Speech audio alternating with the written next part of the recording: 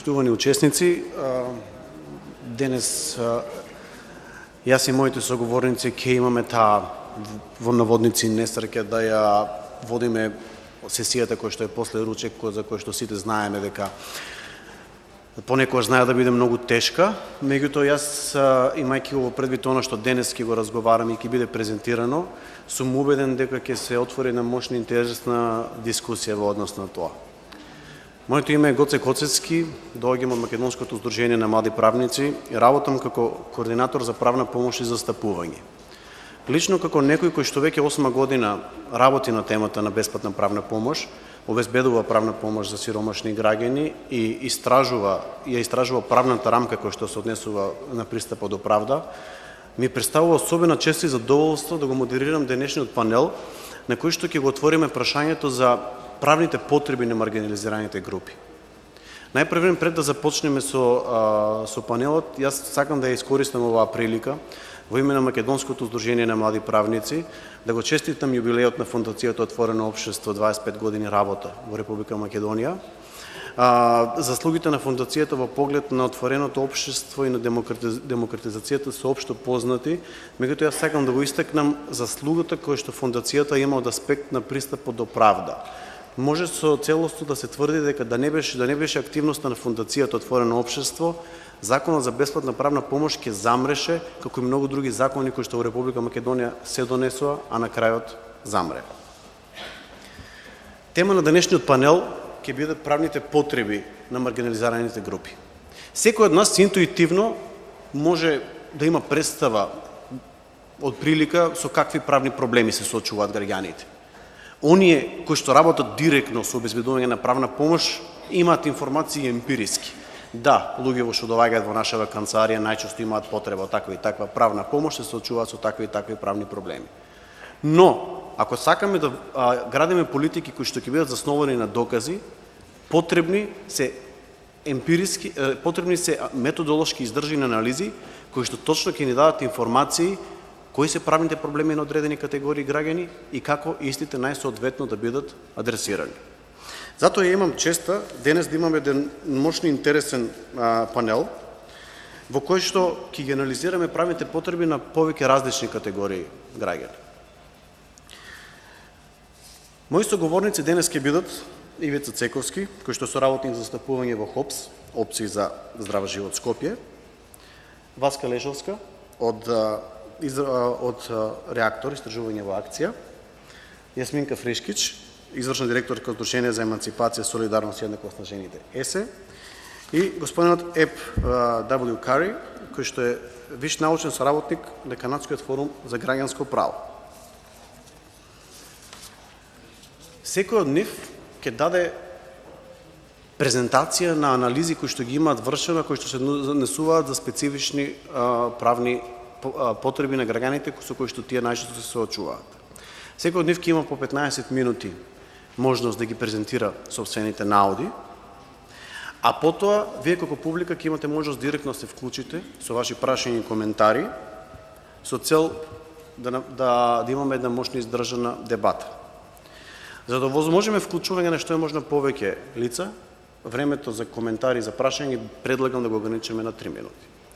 Не би должел повеќе, би сакал да дадам збор на мојот прв соговорник, господин Ивица Цековски, кој што ХОПС како организација работи непосредно со лицата кои што инектираат дроги и сексуалните работници во Македонија. Од она што како правник го знам, овие категории на граѓани по дефолт имаат проблем затоа што действијата кои што тие ги преземаат се во голема дела инкриминирани кај нас. Кои се вашите наоди во однос на, би сакал да ги презентирате вашите наоди во однос на потребите на оваа група на граѓани и дали користат некои механизми за остварување на правдата за тие? Благодарам, Гоца. Само да видам техниката дали ќе не послужи. Очигледно не. Да, јас ќе мине.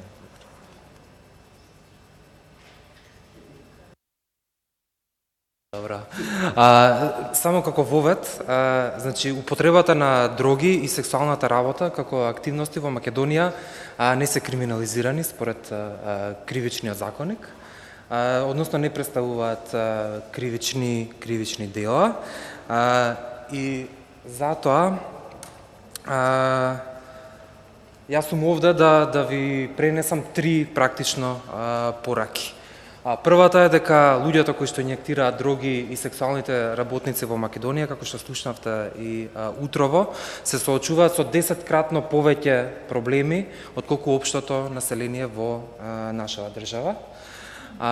Како втора порака која што би сакал да ви ја упатам е дека голем дел од овие граѓани и покрај тоа што се соочуваат со многу сериозни проблеми, не преземаат апсолутно ништо за да ги решат. И како трета порака за која што немам слайдови, но се надевам дека ќе ја подразберате, е фактот што имаме уште многу да работиме до остварување на основните човекови права на сите граѓани, меѓу кои граѓаните од овие заедници, и намерно не го користам зборот еднаквост или рамноправност, бидејќи мислам дека тоа е многу далечна цел. Овде се работи, значи, за почитување на некои основни човекови права, и ќе видите од самата презентација на што мислам. Накратко само за методологијата, користевме комбиниран пристап при истражувањето, собиравме квантитативни и квалитативни податоци. Во интерес на времето овде ќе ги презентирам само бројчаните наоди. Во квантитативна фаза опфативме примерок од 250 испитаници кои што беа избрани со сертифициран случаен примерок. На 6 локации, меѓутоа поради мобилноста опфативме граѓани од околу 13 града. И исто како што имавте можност да слушнете утрово, додека македонските граѓани еден од двајца се соочува со најмалку еден нетривијален правен проблем, ова е случај за скоро сите сексуални работници и скоро сите луѓе кои што инјектираат дроги. Па така истражувањето покажа дека дури 96% од сексуалните работници и нешто над 98% од луѓето кои што инјектираат дроги во референтен период од околу 3 години се соочуваат со најмалку еден правен проблем. Ова го кажувам секогаш кога ги презентирам наодите. Ние постојано, нашата организација, моите колеги, постојано се во контакт со овие заедници на терен и имавме некаква представа дека правните проблеми со кои што се соочуваат се многубројни и многу тешки. Меѓутоа, кога ги добивме наодите од истражувањето, дури и ние бевме фрапирани од бројките, а зборувам конкретно за следниот слайд, кој што вели дека во референтниот период сексуалните работници преживеале дури 13 сериозни правни проблеми, а луѓето кои што инјектираат дроги скоро 15. За споредба, иако е неспоредливо, општото население во Македонија се соочува само со 1,3, не само, туку со 1,3 до 1,5 правни проблеми во истиот период. Во малите загради е прикажан распонот на проблеми кои што го пријавиле испитаниците со кои што сме разговарале, и ќе видите дека во групата на луѓе кои што инјектираат дроги имало индивидуи кои што во истиот период се соочиле со дури 48 проблеми. Значи, скоро половина од прашањата кои што сме ги прашале, ќе видите за што се работи, тие пријавиле дека им се случиле на ништо. За мене, за нас е фрапантен едноставно податок. Проаѓајќи директно во групите на проблеми кои што ги испитувавме, за луѓето кои што инјектираат дроги, најчесто се проблемите поврзани со вработување со работен однос, како и проблемите поврзани со полиција, при издржување на затворска казна и при вршење на сексуална работа, оној дел од нив кои што се занимаваат со сексуална работа. Тоа е по однос на пријавување на најмалку еден проблем, меѓутоа по фреквенција на проблеми исто така се придружуваат и областите со изнајмување на живеалишта, како и проблемите со кои што се соочуваат овие луѓе во рамки на здравствениот систем, односно пристапот до здравствена заштита. Меѓу сексуалните работници пак до некаде слично, најчести се проблемите со вработување и работен однос, со изнајмување на живеалиште, но тука проминираат и проблеми со пари и пристап до јавни добра и услуги, но и проблемите со нивните сопружници, односно вонбрачни партнери. А според број на проблеми, тука се придружуваат и проблемите со полиција, како и секако проблемите со кои што се соочуваат при вршењето на сексуална работа. Испитувајќи ги факторите кои што влијаат на зачестеноста на проблемите, ќе ги презентирам овде само збирните податоци, а во истражувањето ќе може и по секоја област посебно да ги видите. Пронајдовме зависност помеѓу возраста и бројот на пријавени проблеми. Па така помладите луѓе кои што инјектираат дроги многу почесто пријавуваат, односно се соочуваат со правни проблеми. Истото е случај за македонците кои што употребуваат дроги, тие исто така многу почесто пријавуваат правни проблеми, како и со испитаниците кои што живеат во внатрешноста на државата, за споредба со оние кои што живеат во главниот град. Во групата на сексуални работници не најдовме некоја значителна поврзаност, меѓутоа ќе видите подоцна овие фактори имаат значително влијание на тоа како сексуалните работници се справуваат со проблемите. Во однос на проблемите кои што се поврзани со вработување и работен однос, над 72% од луѓето кои што инјектираат дроги и 68% од сексуалните работници во референтниот период работеле непријавени, односно без здравствено, без социјално осигурување. Па токму поради тоа, веројатно произлегуваат и останатите проблеми од оваа област, како што е работа во небезбедни или опасни услови, проблеми со исплатата на сработеното и ускратување на нивните права од работен однос, како породилни отсуства, боледување, платен одмор и така натаму. Како посебен дел се проблемите при самото вработување, бидејќи голем дел од овие испитаници се невработени, меѓутоа се обидувале во некој период да најдат работа, па така половина од луѓето што инјектираат дроги и 1/3 од сексуалните работници се соочиле со дискриминација при самиот обид за вработување. Во однос на областа изнајмување на место за живење, многу се чести проблемите поврзани со живење во лоши или небезбедни услови, но чести се и вознемирувањата од страна на закуподавците и соочување со дискриминација при самиот обид да се изнајми стан или куќа за живење. Дискриминацијата при изнајмување почеста во групата на луѓе кои што инјектираат дроги, под предпоставка дека се работи за лица кои што понекогаш може и надворешно да бидат препознаени. Во областа на пари, добра и услуги, многу често овие граѓани се соочуваат со долгови поради кои што биваат исклучени од користење на некоја јавна услуга неопходна нели за основен живот, како што е струја, вода или грејење. Па скоро 44% од сексуалните работници и 36% од луѓето што инјектираат дроги имале таков случај во референтниот период. Овде типично е тоа што овие граѓани често биваат доведени во заблуда да дојдат во долг поради неинформираност или поради наведување. Например, во групата на луѓе кои што инјектираат дроги, многу се чести случаите кога тие за многу минимален надомест превземаат туѓа фирма со долгови, поради и тие долгови нормално не можат подоцна да ги отплатат, но поради тоа тие потоа имаат и проблеми со добивање на здравствено осигурување и други основни потреби во нивниот живот. Чести се и наплаќањата на долгови кои што се застарени или од средства кои што не се основа за извршување, односно социјална помош, детски додаток и така натаму. Во однос на групата проблеми поврзани со семејство и вонбрачни или брачни партнери, многу е често семејното и насилството од страна на партнерот. Ќе забележите дека насилството е многу почесто за сексуалните работници, па така 4 од 10 сексуални работници пријавуваат насилство или злоупотреба од страна на партнерот, исто толку пријавуваат и семејно насилство во референтниот период, што е случај за околу 1/4 од луѓето кои што инјектираат дроги. Во врска со проблемите со остварување на здравствени права,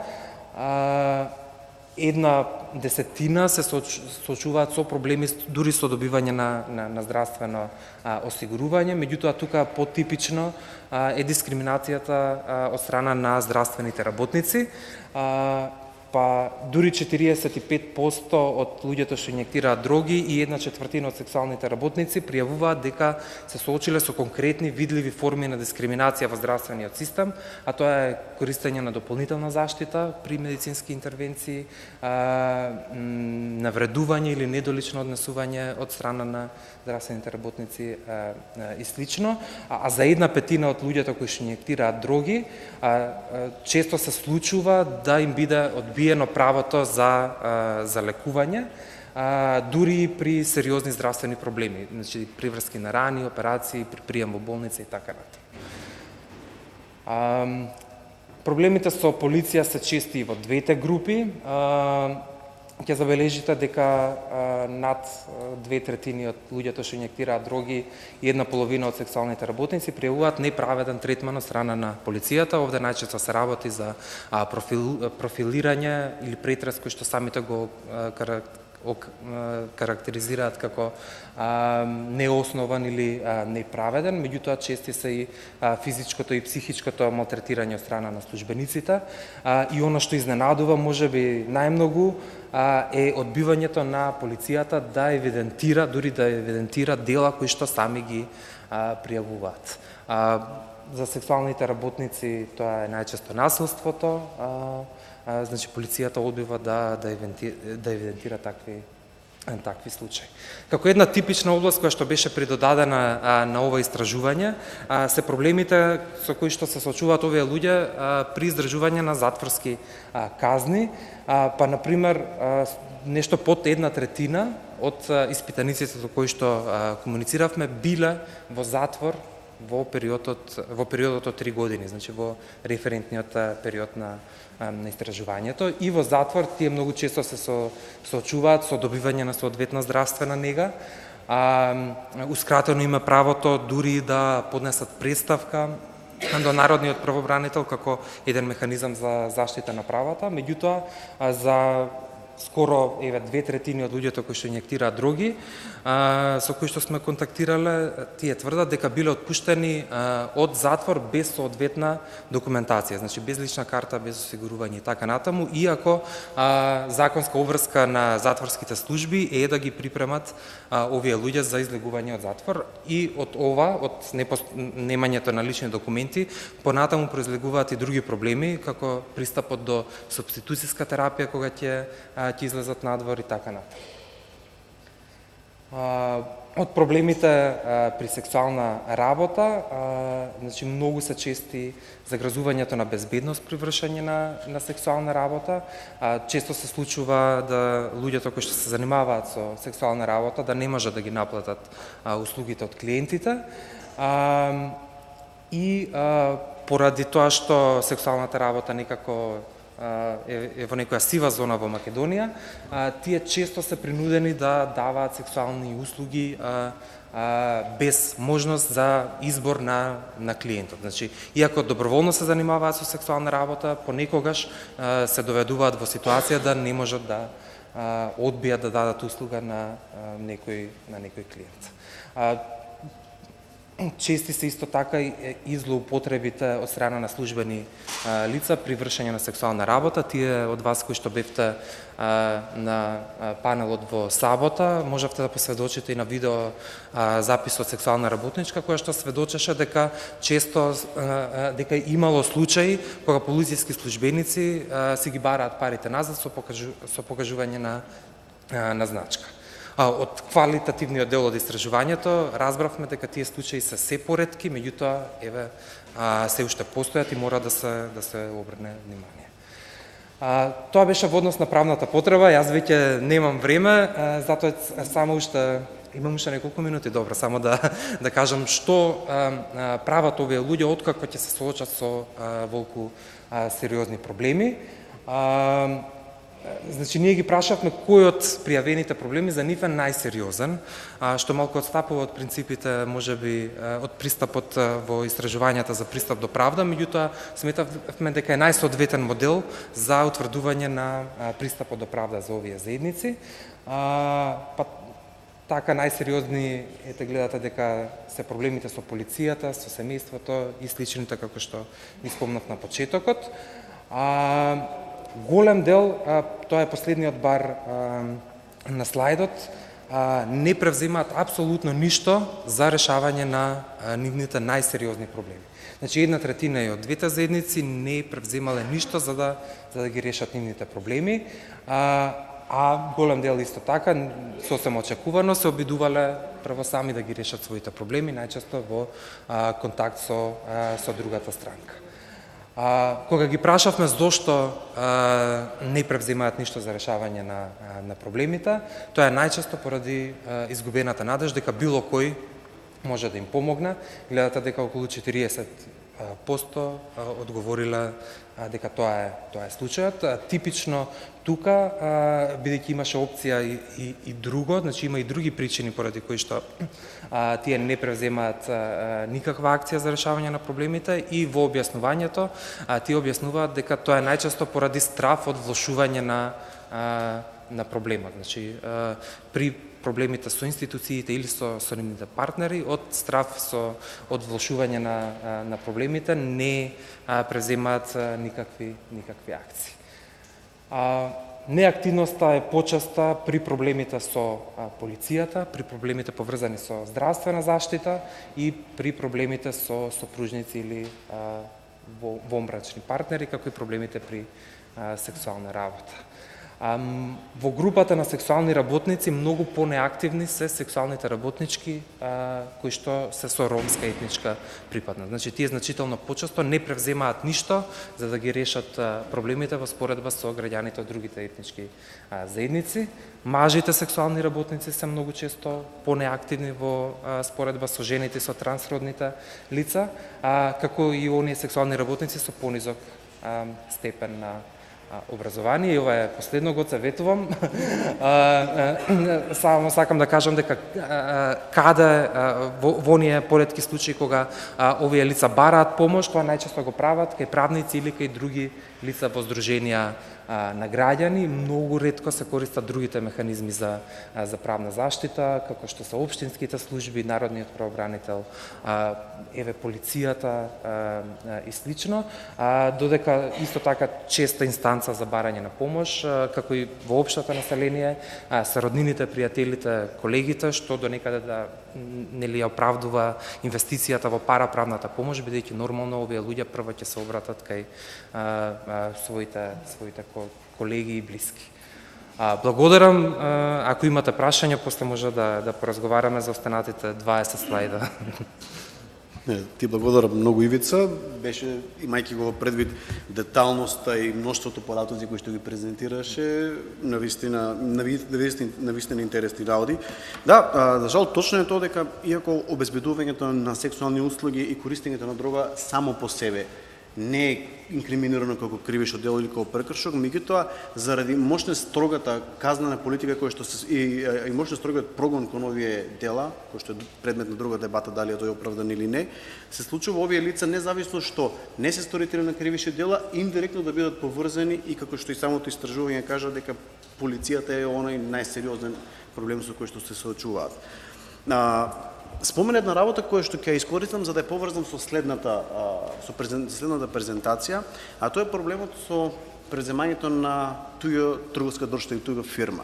Во нашето искуство ние имавме неколку случаи каде што сиромашни лица, припадници на ромската етничка група, се доведени во заблуда и се однесени кај нотар да потпишат неколку акти И со тие акти, тие всушност преземаат, стануваат управители на трговски друштва кои или се соочуваат со многу сериозни даночни проблеми или се соочуваат со се предмет на одредени истраги. Така да следната група чии што правни проблеми ќе бидат презентирани денес се однесува на правните проблеми на ромската популација. Нив ќе ги презентира Васка. Васка повели. Само секунда.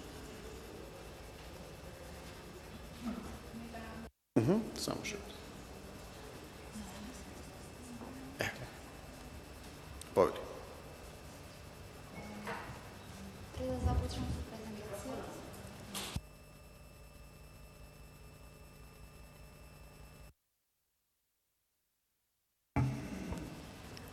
Дали е во ред?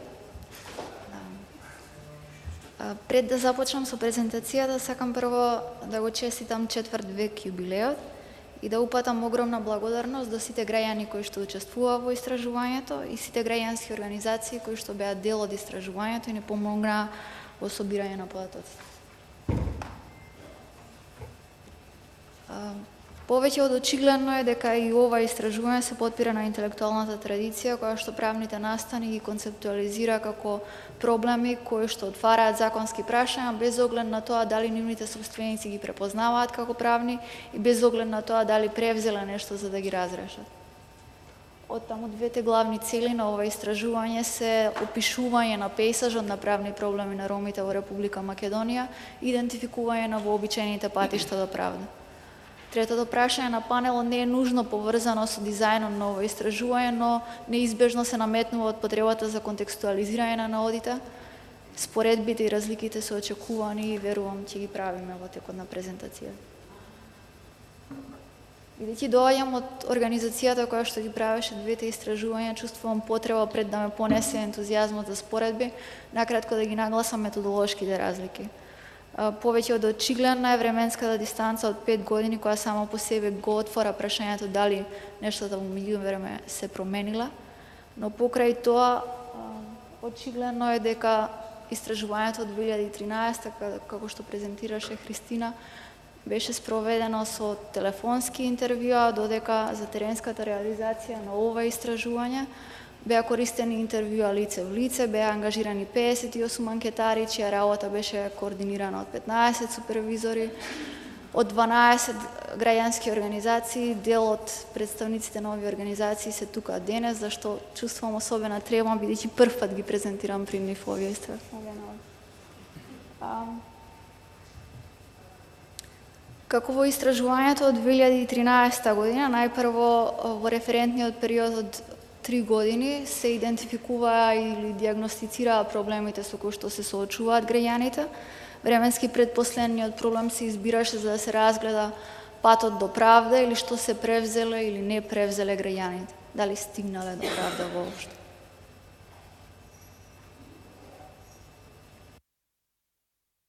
Еден од најголемите предизвици на ова истражување беше дизајнот на примерокот, не само затоа што во моментот на планирање податоците беа стари повеќе од 50 години, бидејќи последниот попис за жал е од 2002 година.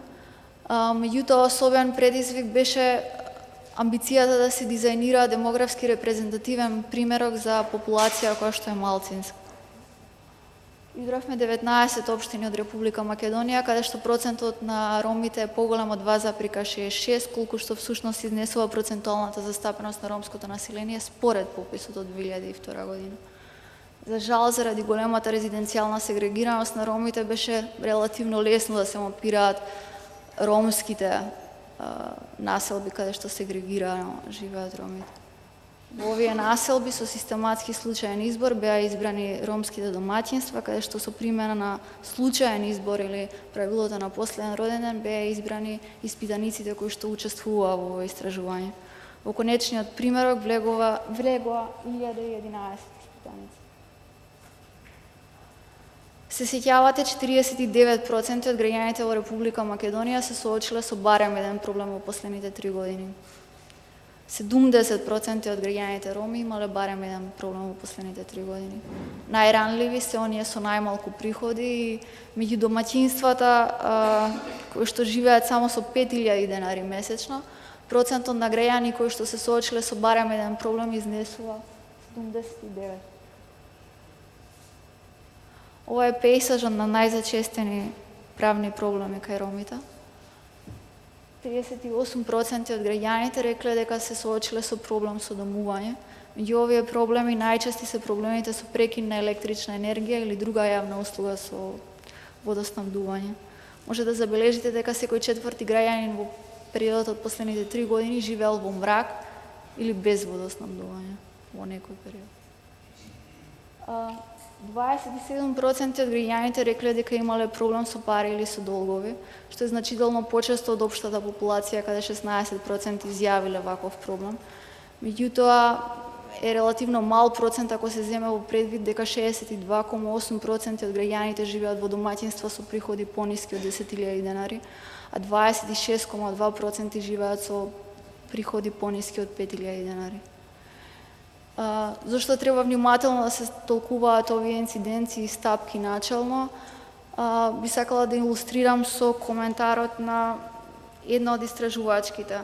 Еден од проблемите кои што ја конституираат оваа проблемска категорија беше прекинот односно блокирањето на банкарски сметки. Коментарот беше: многу од граѓаните роми немаат банкарски сметки за им бидат блокирани. Од таму се наметнува ироничното прашање колку од граѓаните биле условно речено поштедени од суптилноста на проблемите кои што се номирани со граѓанското право, затоа што се практично социјално исклучени. 30% од оние кои што барале некој вид на државна помош, најчесто за остварување на права од социјална заштита, наишле на прекршување во обидот да си го остварат правото. Имајќи предвид дека 70% од граѓаните во период на истражување биле или невработени или економски неактивни, изненадува наводот што дури 21% пријавиле прекршување на нивните работнички права. 38% работеле во некој период од претходните 3 години непријавени без здравствено и социјално осигурување. Секако останува отворено прашањето колку од проблемите останале непрепознаени од нивните сопственици. Всушност, ако се сеќавате на претходната студија, еден од најдоследните предиктори беше степенот на формално образование и пообразованите пријавуваа повеќе проблеми, не затоа што повеќе се подложни на нив, туку затоа што полесно ги препознаваат. За да илустрирам колку во понеповолна позиција се ромите за да преговараат за своите права или да ги препознаат, може да напоменам дека дури 84% од примерокот се без формално образование или само со завршено основно образование. За жал, еден од проблемите кој што е ексклузивен за ромите е проблемот со забрана за излез од државата или проблемот со враќање на граница, кој што заради репресивните мерки на тогашните власти го почувствува 1/4 од оние кои што се обиделе воопшто да ја напуштат земјата во периодот од 2014 до 2017, кога е референтниот период на овој период. Патишта до правда. Половина од граѓаните роми ништо не направиле за својот проблем, што е стапка на пасивност, која е значително поголема од она констатирана во општата популација, каде 2/3 направиле барем нешто, а 1/3 ништо. Стапката на пасивност за одредени категории на проблеми значително се зголемува и 76% од оние кои што се соочиле со уставно загарантираното право за со прекршување на нивното уставно загарантирано право за слободно движење, ништо не направиле за својот проблем кога биле вратени на граница. Гледате дека стапката на пасивност е висока и за проблемите со дискриминација, пристап до здравствени услуги, пристап до државна помош. Зошто ништо не прават своите проблеми голем дел од ромите? Затоа што немаат пари или затоа што не знаат каде да се обратат? Тоа се најчестите одговори. Сепак половина од граѓаните направиле нешто за разрешување на својот проблем. Најчесто во обид да ја контактираат другата страна за решавање неформално на проблемот, што е случај за 59% од оние кои што нешто превзеле.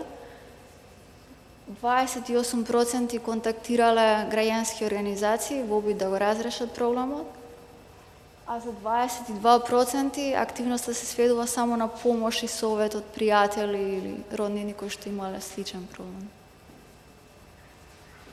Еден од вообичаените наводи на истражувањата за правните потреби е дека традиционалните правни сервиси и всушност судовите се периферни за секојдневната правда на граѓаните. Ако за просечниот македонец судовите се периферни за онаа профана правда, за ромите судовите и традиционалните правни сервиси на адвокати и правници се практично недостапни. 2% од проблемите на граѓаните роми биле разрешени преку судска постапка, тоа се вкупно 15 испитаници, 7 немале кој да ги застапува на суд. 5% од ромите кои што се соочиле проблем си дозволиле правна помош од адвокат, што е случај со 23% од општата популација. Всушност, правната помош граѓаните роми може да си ја дозволат само ако е бесплатна. И 78% од оние кои што биле прашани дали платиле за помошта која добиле од најсуштинскиот советодавач, рекле дека не платиле. Токму затоа што единствено достапен правен сервис на пазарот на правни услуги се всушност граѓанските организации кои не ја наплаќаат својата правна помош. 28%, како што напоменав и претходно, убарале правна помош кај граѓански организации од оние кои што превзеле нешто. Тоа е случај со 1% од општата популација. Половина од разгледуваните проблеми се уште траат. За 89% нивното разрешување трае подолго отколку што очекувале. Половина од проблемите се завршени, но нивното разрешување е стихино. Дали превзеле или не нешто за разрешување на проблемот, значајно не детерминира дали е проблемот завршен или не.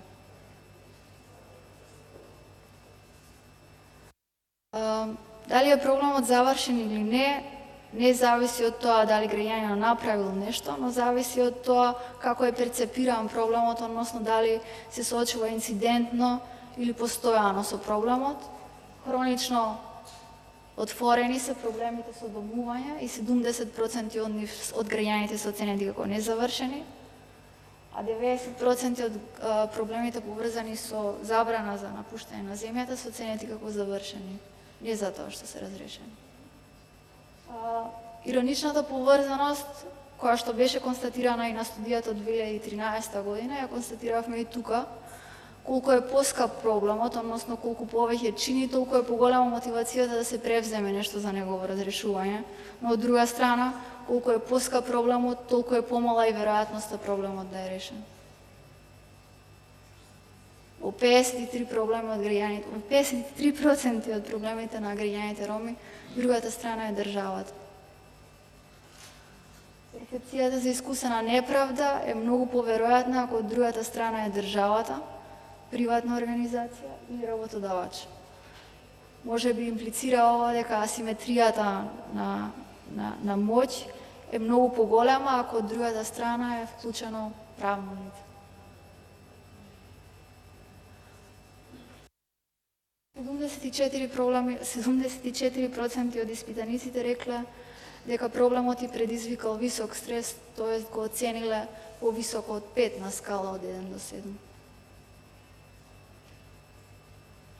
Што ни останува? Ако пристапот до правда за граѓаните роми е посредуван од ресурсите на граѓанските организации, кои што ги посредуваат и интеракциите на овие граѓани со институциите, ако граѓаните роми ги препознаваат граѓанските организации како инстанции за помош, ако може да си дозволат правна помош само ако е бесплатна, може да препорачаме само државата или да ги зајакне овие организации или да ги прифати моделите кои што веќе постојат. Иако голем дел од овие организации може да понудат само параправна помош, токму ваквата поевтина помош е поефикасна во задоволување на секојдневните проблеми, кои што многу често се поврзани со товарот на административните процедури. Кога 84% од граѓаните немаат формално образование или се само со завршено основно образование, еден од основните предизвици за гарантирање на правната сигурност на граѓаните се всушност дизајнот на програми и интервенции за правно описменување. Видовме дека за жал голем дел од граѓаните се ранливи на прашањата и правата поврзани со социјална заштита, од таму препоред колку сум со време каснам?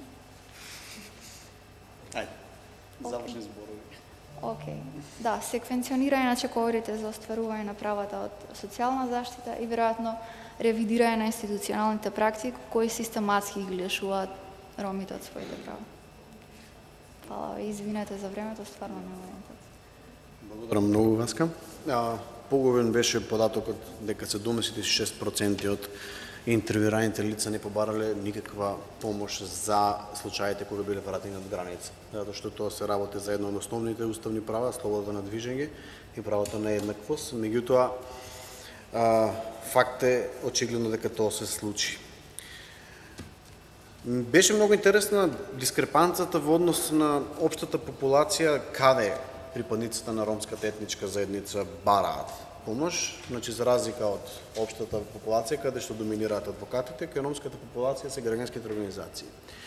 Во таа насока ќе биде следното излагање кое што е многу актуелно, затоа што баш во моментот, периодов се случува разработка на нов текст на Законот за бесплатна правна помош, во кој што здруженијата бараат и инсистираат и претходната правна помош како таква да биде вреднувана и препознаена од страна на државата и за тоа граѓанските организации да добијат соодветен надомест. Здруженијето работеше на многу интересна анализа која што навистина мислам дека ќе користи во процесот на изработка на законот во однос на тоа колку чини обезбедувањето на правната помош за овие групи на граѓани. Повеќе.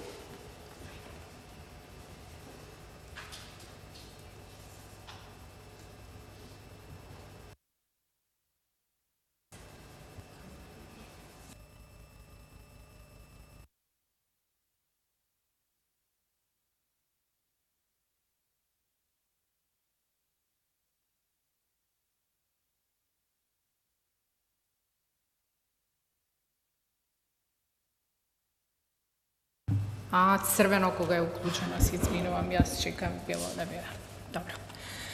Најпрвен да се заблагодарам и да им честитам на колегите кои што подготвија истражувања, кои што сега ни овозможуваат со далеку поконкретни и поспецифични податоци да располагаме, особено во однос на обезбедувањето на правна помош на одредени рандливи категории на граѓани и секако да се заблагодариме на организаторите на оваа конференција, затоа што е меѓународна конференција на која што имаме можност да ги слушнеме и нашите гости, кои што работат на исти прашања како и ние, а исто така и ние да се пофалиме со резултатите и нашиот придонес во работата во обезбедувањето на правна помош.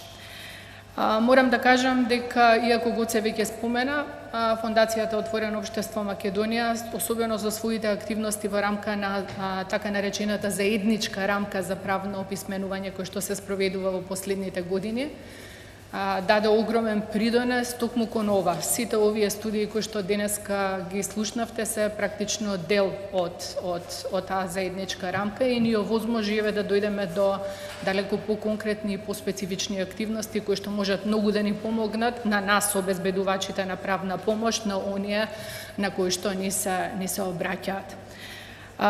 Ние како организација која што повеќе од 10 години обезбедуваме специфична правна помош за жртви на семејно насилство, сме многу заинтересирани за добивање на некаков вид на поддршка од страна на државата. Претпоставувам тоа е и предмет на интерес на сите други организации кои што обезбедуваат правна помош на различни категории на граѓани.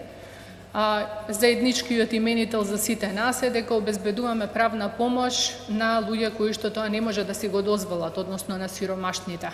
Па оттаму го гледаме интересот на оваа држава која што претпоставувам ја интересира да обезбеди пристап до правда на своите граѓани, да им таков пристап на правда, особено да им го обезбеди на сиромашните, односно на оние кои што не може да си го дозволат, затоа што тоа е основен предуслов за да може тие да ги реализираат своите секојдневни потреби или пак основните права како што Ивица ги нарекува. Оно што го направивме во изминатите 2-3 години е направивме еден скромен обид и велам дека е се уште обид затоа што има одредени ограничувања со кои што се соочуваме при прибирање на податоци. Но најпрвен да ви го кажам што е тоа што го истражувавме, односно што е тоа што ни беше предмет на анализа. Оно што сакавме да го утврдиме е да видиме колку чинат услугите кои што ги обезбедуваат граѓанските организации. Значи, на оваа анализа која што ние подготвивме, предмет на интерес сме ние, а не некој друг, односно, она што ние го работиме. Значи, се свртевме сами кон себе. И при тоа направивме анализа на тоа колку чинат трошоците, значи, кои што граѓанските здруженија или здруженијата на граѓани ги чини при обезбедувањето на правните услуги, без оглед на која категорија на услуги на граѓани тие ги обезбедуваат. Но исто така направивме и обид да ги процениме трошоците кои што лицата кои што пак ни доаѓаат и ни се обраќаат за помош ги имаат, односно ги сносат самите. Односно, оние што практично паѓаат на нивен товар при реализирање на правните потреби за кои што ни доаѓаат нам за помош. Но покрај трошоците на граѓанските здруженија и на условно речено, иако не сакам да ги наречам клиенти, значи на лицата кои што ни се обраќаат за помош, исто така сакавме и да видиме, односно да процениме како тие гледаат на помошта кои што ние им ја нудиме, или пак кои се придобивките за нив од барањето на помош од нас како граѓански здруженија, односно како обезбедувачи на правна помош. Резултатите овие анализи се спроведени во период, односно ќе ви ги кажам нели основните податоци за да имате предвид за кој период се работи. Значи граѓанските организации ни обезбедија податоци за нивните, значи за услугите кои што ги обезбедуваат, вработените, платите и оперативните трошоци на организација во обезбедување на правна помош од 2015 година. Додека пак трошоците на клиентите ги пресметувавме во текот на минатата година. Значи не се тие од истата година, но без оглед ние продолжуваме со тие истражувања во иднина, значи оваа година се спроведуваат истите анализи, со цел нели да дојдеме до поточни и поконкретни податоци. Но како и да е, еве ги резултатите од анализите. Значи, предмет на наш интерес беа здруженијата на граѓани кои што во нашата земја обезбедуваат така наречени 3 видови на правна помош, ние ги нарековме. Едниот од нив или пак така популарно наречени модалитети, бидејќи моравме нели да ги подвоиме, се оние здруженија на граѓани кои што обезбедуваат бесплатна правна помош и како такви се регистрирани или пак авторизирани од страна на Министерството за правда. Вториот модалитет се организациите кои што традиционално во оваа земја, дури и повеќе од 10 години, обезбедуваат правна помош, односно имаат најмено адвокати во нивните канцеларии кои што оваа правна помош ја нудат на лицата кои што се обраќаат. И третата категорија, тоа се најновиот модалитет на помош кој што постои во нашата земја, односно така наречената параправна помош или параправници, кои што во моментот се обезбедува само за ромското население. Значи, практично анализата се задржува на овие три видови на модалитети, надвор од овие модалитети не постои. Единствено што морам да ви објаснам е дека имаме ретки примери, но и организации кои што обезбедуваат повеќе модалитети на правна помош, како што има организации, например, кои што нудат бесплатна правна помош или прелиминарна правна помош согласно Законот за бесплатна правна помош, а воедно обезбедуваат и правна помош надвор од законот, така да тоа е оставено нели на нивна диспозиција која организација сака како вид на помош да нуди. Еве кои се резултатите од, значи по прибирање на податоците кои што ги прибравме од страна на организациите во однос на тоа колкав е бројот на персоналот кој што го имаат, кои им се оперативните трошоци, како и сите останати трошоци кои што се поврзани со обезбедувањето на правна помош, како и кој е бројот на корисници, односно лица кои што дошле кај нив да се обратат на помош. Практично за организациите кои што работат според Законот за бесплатна правна помош имаме податок добиен, кој што вели дека просечен вкупен трошок по услуга кој што тие ја нудат изнесува 1786 денари. И доколку овој број, односно овој износ, што е просечен износ по услуга, го помножиме со вкупниот број на лица сиромашни на кои што им се потребни правни услуги, а ќе ви објаснам подоцна таа проценка, практично тоа значи дека во текот на годината, доколку сите 120.543 сиромашни лица се обратат за правна помош кај овие здруженија на граѓани, тогаш би требало тие да располагаат со буџет од 215.169.255 денари, нема да ви ги читам, но од прилика јас ги претворив тие во долари за да биде отинија нели најдобро се снаоѓаме со евра и со долари. Тоа од прилика би било околу 4 милиони долари. Исто така имаме, ова е првата алтернатива, бидејќи знаеме дека нели организациите кои што даваат бесплатна правна помош, потребно е да имаат ангажирано правник со положен правосуден испит. И сега имаме една втора варијанта која што чини малку помалку, но тоа нели секако сега законски не е дозволено. Значи, доколку се смени сегашниот критериум и доколку овие организации не би требало да имаат правник со положен правосуден испит, значи како услов за да може да ја обезбедуваат таа услуга, тогаш правната помош, цената на нивната услуга се намалува автоматски од 1.700 денари, тоа е од прилика 1.300 денари, доколку таа помножиме со вкупниот број на сиромашни лица, нормално е дека имаме помалку средства кои што ќе бидат потребни, но како и да е, во долари е тоа 3 милиони долари, значи од прилика за 1 милион долари помалку во текот на годината. Во однос на организациите кои што пак пружаат правна помош, меѓутоа надвор од законот за бесплатна правна помош, значи не се регистрирани, немаат ограничувања кои што ги налага законот, може да даваат правна помош во формата во која што тие ја имаат предвидено, кај нив просечниот трошок по услуга изнесува 2013 денари, и доколку исто така овој износ, нели на цена по клиент во овој случај, не по услуга, туку по клиент, ја помножиме со вкупниот број на сиромашно население на кој што ќе му се потребно разрешување правен проблем, тогаш доаѓаме до вкупен износ еве го од 242, односно повеќе од 242 милиони денари. А во долари тоа би било од прилика приближно до 5 милиони долари годишно.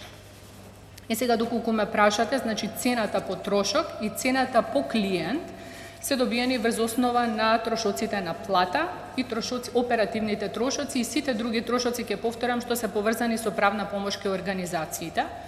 Со тоа што морам да ви потенцирам дека организациите имаат различни видови на трошоци. Некои имаат само за плата и за оперативни, некои имаат трошоци кои што се поврзани со, обезбедување на вештачења или пак некој друг вид на услуга кој што е поврзан со остварувањето на правна помош. Значи немаме унифицирани услуги кај граѓанските организации и трошоци кои што се поврзани со обезбедувањето на правна помош. Ова се согласно на она што е обезбедено како податок од страна на организациите. Доколку ме прашате како дојдовме до бројката од 120.543 лица на кои што им е потребна правната помош, тоа е заснувано најпрви на населението вкупно од 2013 година. Земена е стапката на сиромаштија од 30%, кога таа е аплицирана на вкупното население, се добива бројка од 640.000 на сиромашно население. Од таа бројка го вадиме населението до возраст од 14 години, затоа што се тоа деца и предпоставуваме дека само возрастните имаат. И практично на таа бројка понатаму е аплициран овој кој што досега го збореше и Васка и Христина, односно 49% на население кој што во последните 3 години имаат се соочиле со правни проблеми. Па потоа исто така бројот апсолутен кој што го добиваме го множиме со просечниот број на правни проблеми, односно тоа е 1,4 или пак ако се сеќавате од истражувањето 1,3 до 1,5.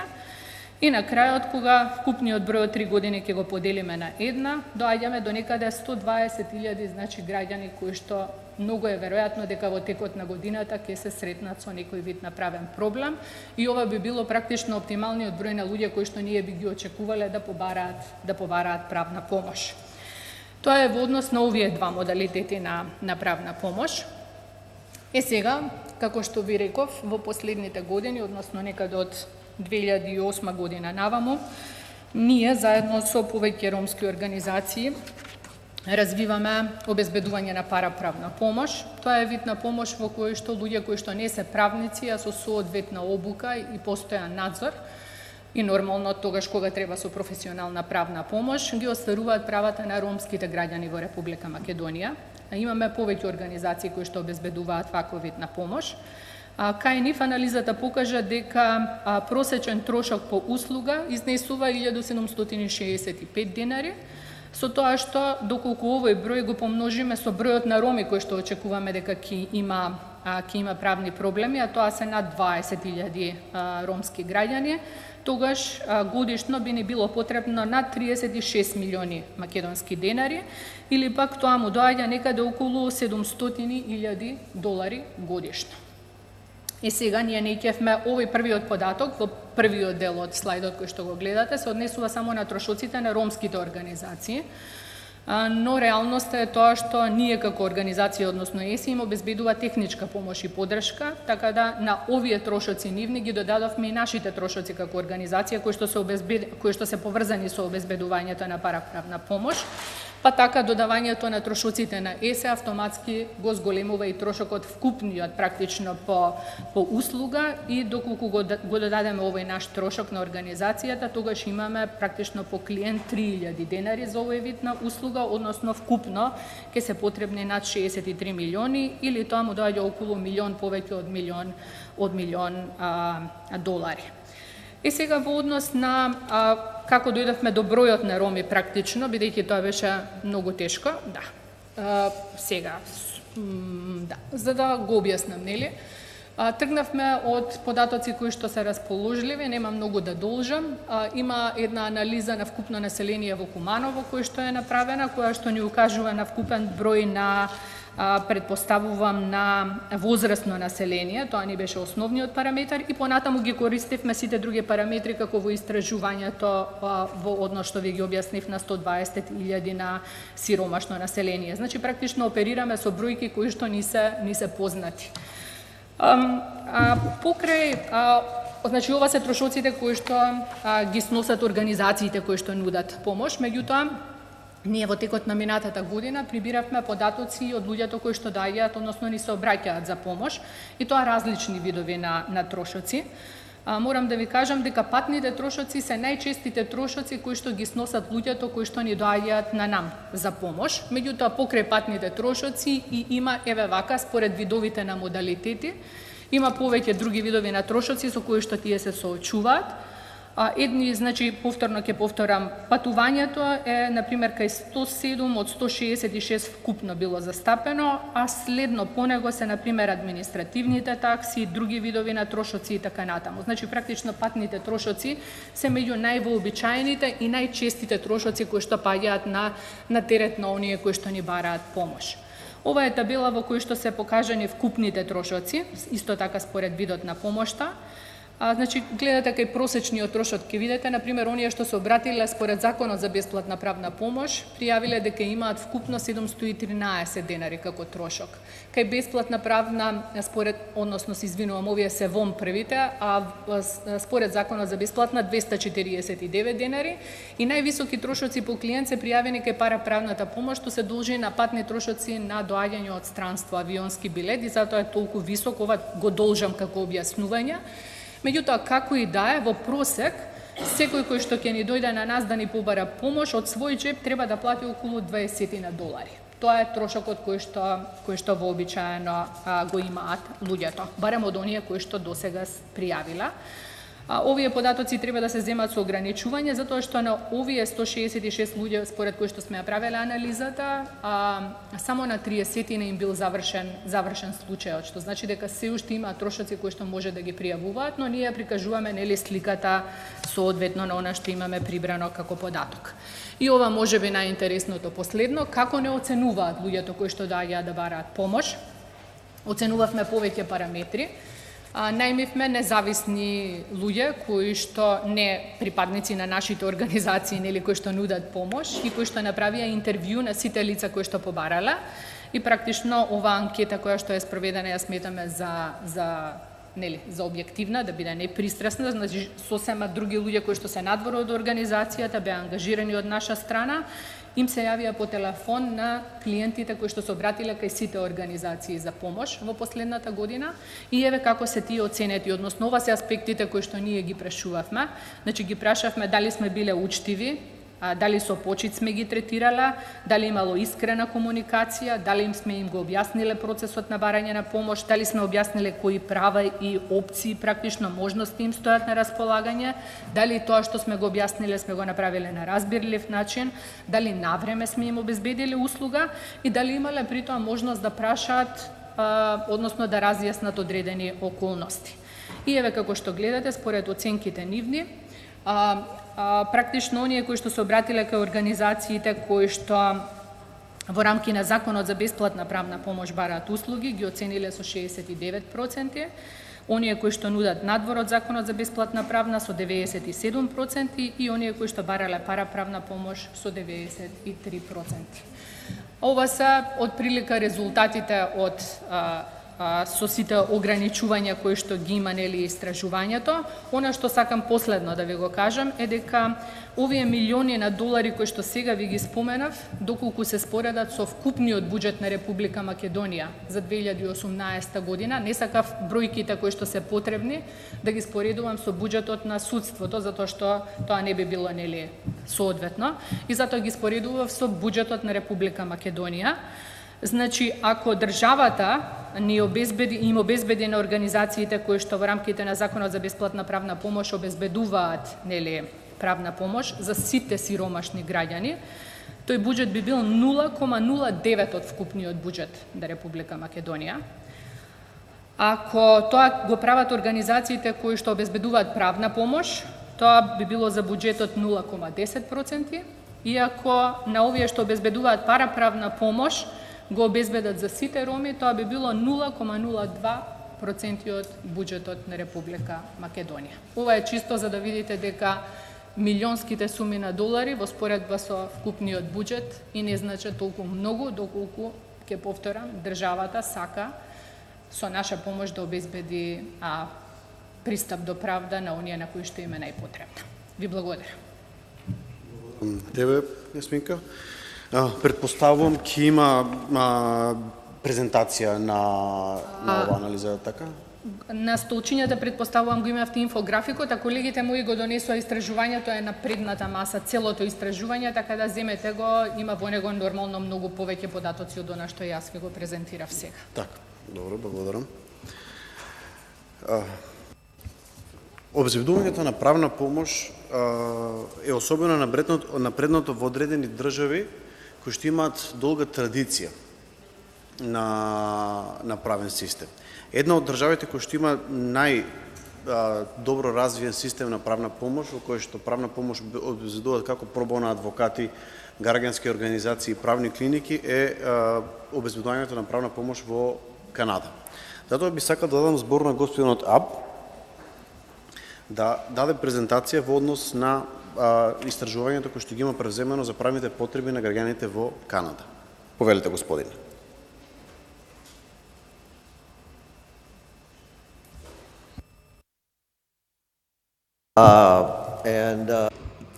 Би сакал да се заблагодарам на Фондацијата Отворено општество што ме покани на ова интересно место и што имав можност да разговарам со сите.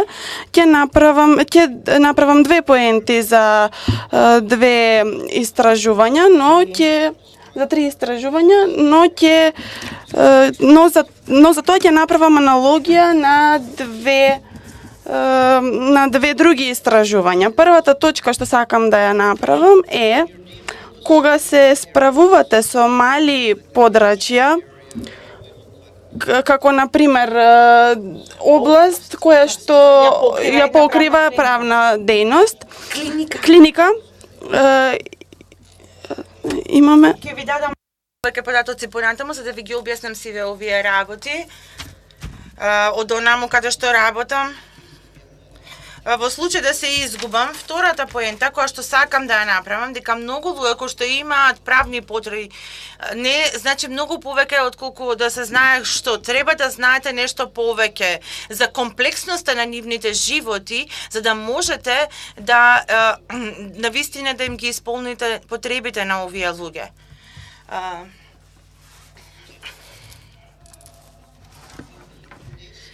Во овие студии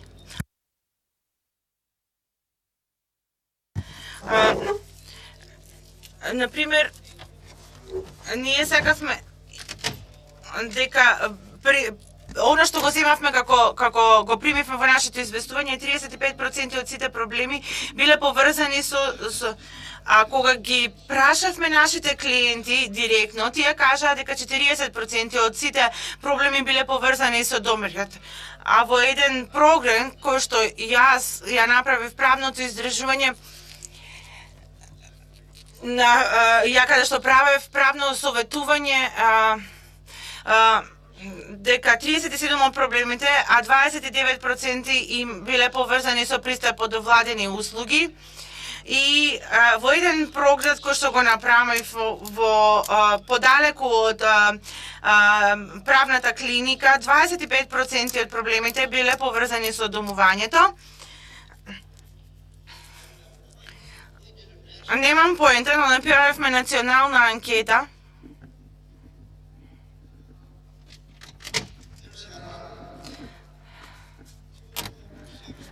А 2,5% од луѓе се рекоа дека имаат проблеми поврзани со домувањето во последните 3 години.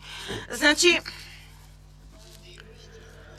областа на која што работа за време не истражува релативноста афлуентна, односно каде што има само одредени каде што нема екстремни проблеми. И со големите истражувања немате доволен примерок како што можете да се фокусирате само на помалите области кои што навистина се зафатени со проблеми. И затоа би било луксус доколку може да имате доволен примерок за да може да извлечете одредени заклучки, но поентата која што ја правам е дека кога ќе ги дизајнирате вашите проекти за испорака на услуги, треба да дизајнирате и собирање податоци за да можете да бидете добри податоци од многу мали области, бидејќи во областите каде што јас работам, каде што постојат мали простори и каде што луѓето имаат различни проблеми во едно релативно, да кажеме, добростоечко општество или област, каде што има повеќе добростоечки фамилии. Втората поента која што сакам да ја направам се однесува за дека треба да ги знаете и проблемите кои што со тие се соочуваат, меѓутоа морате да одите многу подалеку во нивните хаотични и тешки животи за да знаете како да им придете на овие луѓе кога им нудите правна помош. Овие одредени податоци од нашата истражување. 36 луѓе кажаа дека користат банки за храна, 40 рекоа дека не биле во можност да ги исполнат своите деневни прехранени потреби, 53 рекле дека 14 рекле дека имале некаков вид на инфекција. 39 имаат некаква попреченост што довело до неможност да работат. Повеќе од 40% не можеле да си дозволат лекови на рецепта, а многу од нив биле и во второстепената 66% кажа дека нивните клиенти не можеле да ги признаат правните аспекти на нивниот проблем и не можеле да презмат дека ништо не може да биде направено во таа насока и дека никој не може да им помогне, тоа е само лоша среќа и така натаму. А додека 40% од обезбедувачите на услугите рекле дека нивните клиенти не биле во можност да контактираат некаква правна клиника во однос на нивниот проблем. Еве неколку цитати од различните обезбедувачи на услуги, само колку да ви дадам квалитативна идеја за видот на типот на луѓето со кои што тие се обидуваат, на кои што тие се обидуваат да им обезбедат правни услуги. Еден навигатор на негата во заедницата рече дека тие се вклучуваат во конфликти и немаат мотивација да ја побараат нашата помош. И токму затоа, ние кога им помагаме,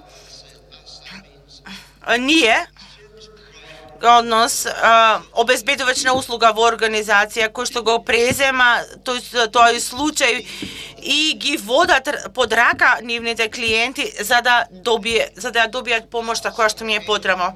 Некои се во можност, а некои всушност се смрзнуваат само на првата помисла дека треба да одат на клиника. А потоа постојат некои од бариерите, како што се, например, и последната на овој слайд е еден менеджер на случај кажа дека конкретно со домувањето нашите клиенти живеат невнимателно, имаат голем број на злоупотреба и не признаваат дека тие имаат раса. Тие знаат дека треба да одат на клиниката, но се плашале од одговорот што ќе го добиат. И тие се навистина преобземени со процесот, односно заплашени од процесот, дека потоа имаат голем број на проблеми, како што се зависности или пак здравствени проблеми. Ова се начините на кои што обезбедувачите на услуги во процесот на консултација на секундарните обезбедувачи на правна помош, оние кои што работат во заедницата за да им помогнат на луѓето, ова е тоа оно што го кажа обезбедувачите за нивните собствени клиенти. Тие се навистина уплашени, па дури ако одат во клиниката и кога и тоа ќе им каже што да направат, тие нема да го направат тоа, бидејќи ќе се повлечат и се плашат да пристапат на агенциите. Претходно во еден пилот студија ќе ви ја раскажам оваа приказна, каде што постоеше една програма за лица со посебни потреби или попреченици. Тоа е програма која што им нуди поддршка и кога тие всушност треба да одат во посредништво, ја контактираше лицето во седница за да им обезбеди одредена патека како да стигнат до клиниката и да добијат помош. Таа се обиде лицето да оди во клиниката, тоа не можам да одам таму. И не ја кажав целата вистина на мојата пријава за поддршка за попреченост или инвалидитет. И тогаш ако тоа им го кажам на адвокатот, значи овие луѓе биле претепани од страна од социјалните работници и тие всушност претендираат да видат било кој надвор од таа ситуација како дел од тој генерален процес. И затоа мора да им придете на таков начин на кој што треба да ги убедите дека вие сте поинаков адвокат. Дека вие не сте адвокат или правник кој што тие го разбираат од популарната култура или од каде да го добиваат нивното знање. Еве уште едно. Во истражувањето ја прашав ова го правече со правни клиники, 12 правни клиники во заедницата и тие генерално ги прашави која беше вашиот врвен приоритет, која што ги и први најчесто дадениот одговор беше да се избегне криза за клиентите. А кога ги прашав колку сте вие успешни со тоа, тие ни дадоа оценка 4. Истото се случуваше со раните интервенции. Например, приоритетот бил рангиран како 4 во однос на раната интервенција кај проблемите, всушност со успехот добил ранг 6. И значи кога им рекле на клиентите да направат нешто, тие не можеле да го направат. Па значи јас ги прашам зошто ние не можеме да ги натераме луѓето да дојдат кај нас, а кога ќе дојдат кај нас доаѓаат сами и клиентите се навистина луѓе со многу проблеми, имаат тежок живот и тие нема да дојдат до вас додека ситуацијата не е очајна. па затоа доаѓаат премногу касно за да можеме да влеземе во рана интервенција и не можете да ги натерате да ја зборуваат за своите проблеми и како да се справат со нив. И еве сме тука. Постојат извештаи за кои што зборував. Првите 3 извештаи кои што ви ги напоменав се однесуваат на истражување на правната помош. А црвената точка ви го дам веб-сајтот каде што може да го посетите. Хементел проектот за помош во заедницата исто има сите тие, посебно во најдолниот, треба да ги посетите и да ги прогледнате информациите кои што се дадени внатре. Значи, ова се двете работи во кои што ќе бидете вклучени кои што треба да правите истражувате. Осигурете се прво дека го знаете профилот на проблемите за малата област во која што работите и кога работите како да идентификувате правни потреби, мора добро да знаете која е севкупната комплексност на животите на луѓето, за да можете да ја дизајнирате програмата за помош во заедницата на овие луѓе, за да навистина може да ефективно да им ги исполните нивните потреби. Благодарам. Thank you, dear sir. Unfortunately, due to the great number of information that the panelists have provided, we have only several minutes for discussion, but I would like to open up the discussion and debate in terms of what was presented in this panel. I would ask you to be concise and precise in your questions so that we can have as much as participant as possible. So I would ask you to take only 3 minutes to ask a question or give a comment regarding what was said. Yes, so the microphone is over there. Yes, please take the floor. Is there any volunteers to begin? Okay. But please introduce yourself and the organization.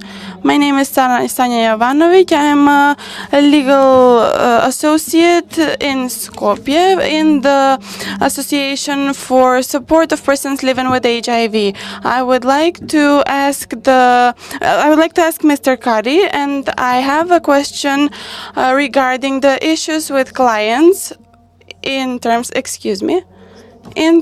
of how to encourage and empower the clients to approach the legal clinics more frequently, or to the places that they can be provided with legal aid, and in that to not wait for the situation to escalate and to be too late to provide timely help, and how to influence these providers of legal aid to empower the clients to provide this aid. Thank you.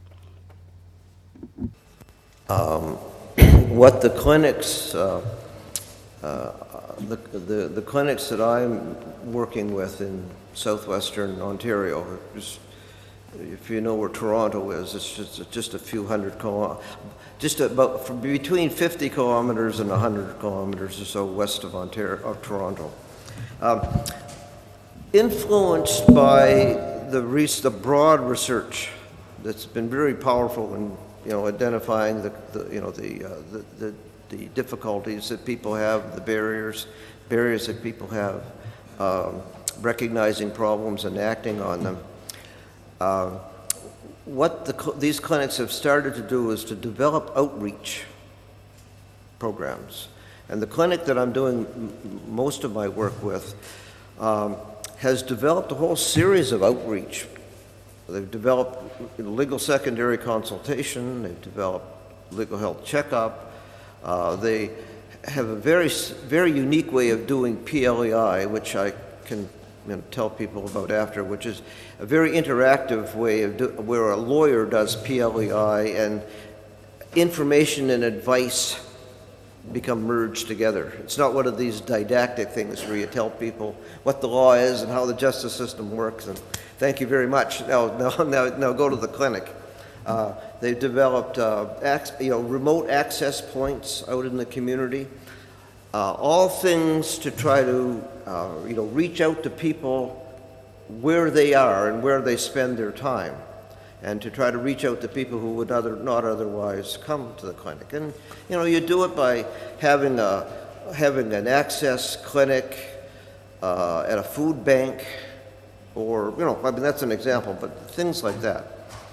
The spine of the whole thing, the main element, I think, is that the clinic spends a lot of time developing relationships with other initiatives. Assistance for Aboriginal homeless people, assistance for newcomers, refugees and immigrants. And when the clinic starts working with those, or another one I just should mention, the clinic is working with this, not just one health, community health clinic, but a whole network of community health clinics. And when the legal clinic starts to work with these initiatives to try to identify problems and figure out how the clinic and the initiative or the organization can work in partnership, legal aid starts to become part of the activities and objectives of the community. And what's happening is that these other that's a sort of a community outreach form of a community development form of outreach.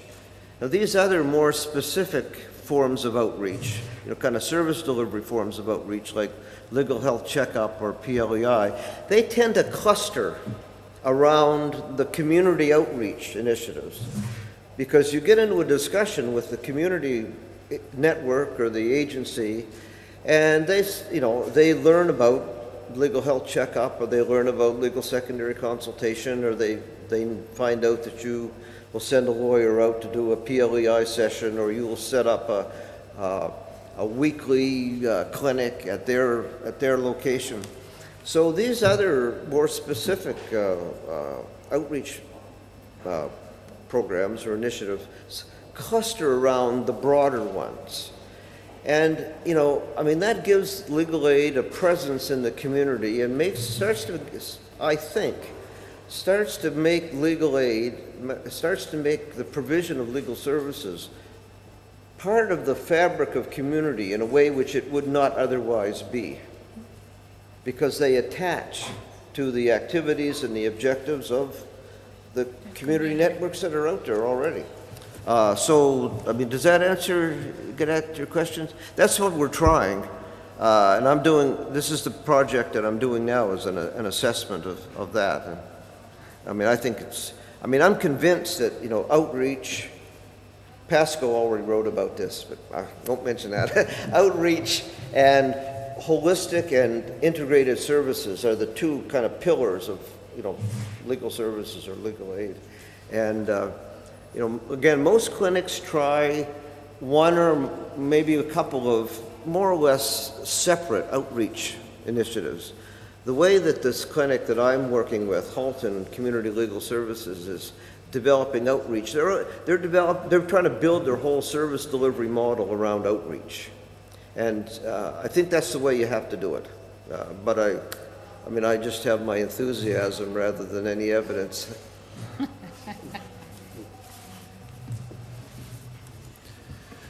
Други прашања, размислувања? Are there any questions and concerns? Yes, Blagica, please, the floor is yours.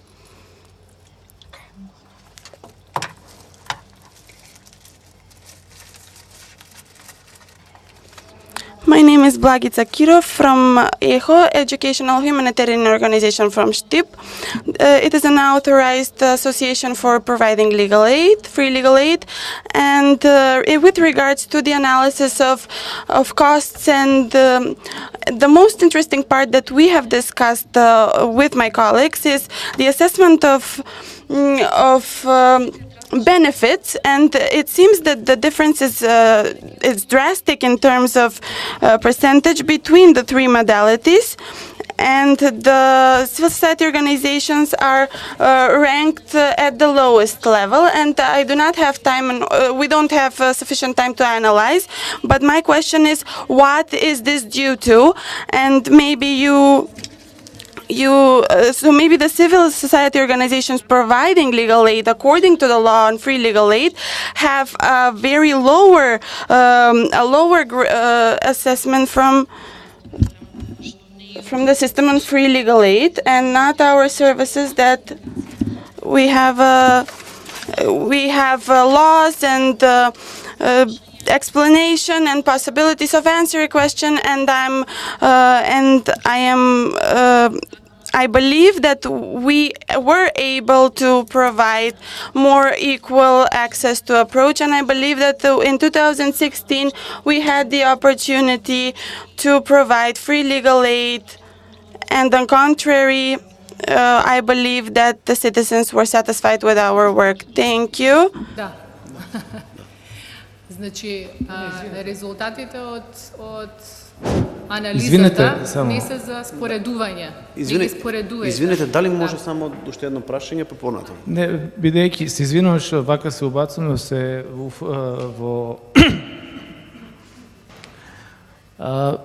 во контекст на ова што кажува колешката, ме интересира за какви придобивки се работи. Бидејќи давањето на бесплатна правна помош е самото по себе придобивка која што е многу поголема од она, за граѓаните зборувам, од она кој што ја даваат оние кои што не даваат бесплатна правна или оној третиот дел од за кои придобивки се зборува овде за? Ама еве го објаснив како е дојде до бројката. Значи отворете анализата, видете ги убаво. А оценките се дадени врз основа на одговори на ваши клиенти. Ме разбирате? Значи тоа е нивно видување за состојбите. Само поврзано со ова, на кој начин методологијата дојде до информации кои лица се клиенти на овие организации? Да. Значи, оние што се однесуваат предпоставам во таа насока. На кој начин се дозна, затоа што тие информации се доверливи се исклучиво во организациите. И понатаму претходната правна помош не се формализира. Така да во однос на тоа, ако може да ни објасните во однос на методологијата која што ја користите. Во која смисла да се формализира? Значи како се селектирани, како се најдени лицата? Да, сега еве. Значи, не знам дали бев јасна на почетокот. Податоците кои што се однесуваат на трошоци на организациите се податоци кои што се добиени од организациите по прашалник. Испратени ме прашалник, пополнети се податоци, обработени се податоците. Податоците кои што се однесуваат за лицата кои што се обратиле за помош се податоци кои што тие самите ги забележуваат во формулари кои што се подготвени од наша страна и содржат повеќе параметри. Тоа се материјални трошоци и нематеријални трошоци. Материјални трошоци од овој тип: вештачење, судска пресуда, значи се што може да се монетизира, а тоа што не може да се монетизира, тоа се трошоци како што е изгубена заработувачка, трошоци кои што се потребни за чување на дете и така натаму, значи сите видови на трошоци. Оние што се однесуваат на задоволството, овие организации ни доставија листа на корисници кои што дошле кај нив со контакти на телефони.